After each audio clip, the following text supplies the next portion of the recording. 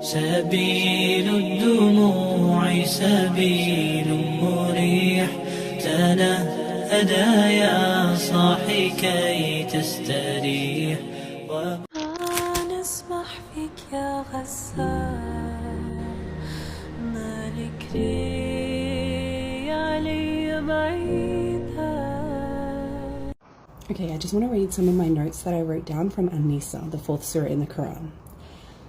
So this is for the first section, which is mostly property inheritance laws, and these are my notes that I've written. So Allah commands Muslims to honor the rights of women and orphans. They must manage the wealth of orphans responsibly and not steal from them, for their wealth must be returned when the time is appropriate. When married, women should be given their due rights, or dowry. Islam, unlike previous religions, puts limits on the number of wives one may take, 4. However, if you are unable to provide or maintain justice among them, it is unlawful and you must only take one wife.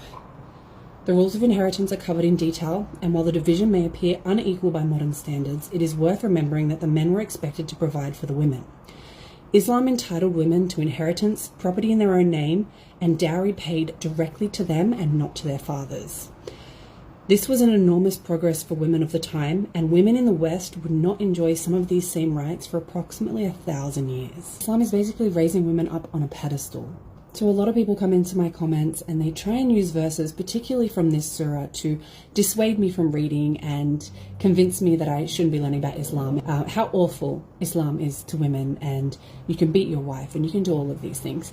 And I think it's worth noting that, well, yes, there is a part in this surah that does mention disciplining your wife. That was also the norm up until the early 1900s in the West. So I don't think that is necessarily a religious thing, but more a cultural thing. And it's not a cultural thing specific to Muslim countries. Western countries also employed this practice until realistically not that long ago. So when reading the Quran, I think it's important to understand what things are specifically related to the religion, what things are cultural, what things are just a product of the time. A lot of people come in and talk about how Islam permits slavery and all of that kind of stuff. Well, slavery was permitted before Islam. In fact, slavery was in existence up until, again, modern history. But Islam constantly talks about freeing slaves. You know, it's a good deed if you free slaves. So while slavery may have been part of life and the economy of the time, I think Islam really does try to encourage its followers not to participate in that, and it's a good deed to release a slave, to be a kind person. So I just wanted to share. Hello, it is me. I'm still here.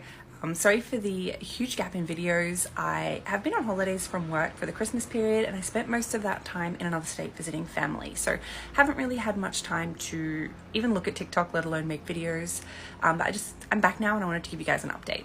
So I, at the start of the holidays, finished An-Nisa, and since being back, I have tried to get back into the next surah, but I've been struggling. I'm not really enjoying it or finding it very interesting. So I think rather than force myself to read the Quran and not absorb it very well and not enjoy it, I'm going to take a little break and read something else. So I have 2 books that I'm interested in reading, and I would like your thoughts on which one you think I should read first.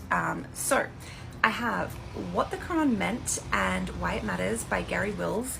I did have a few people say, just be cautious of this book because Gary Wills is not a Muslim. I do think that's interesting though, and I would love to read about Islam from other perspectives other than just from inside the Muslim community.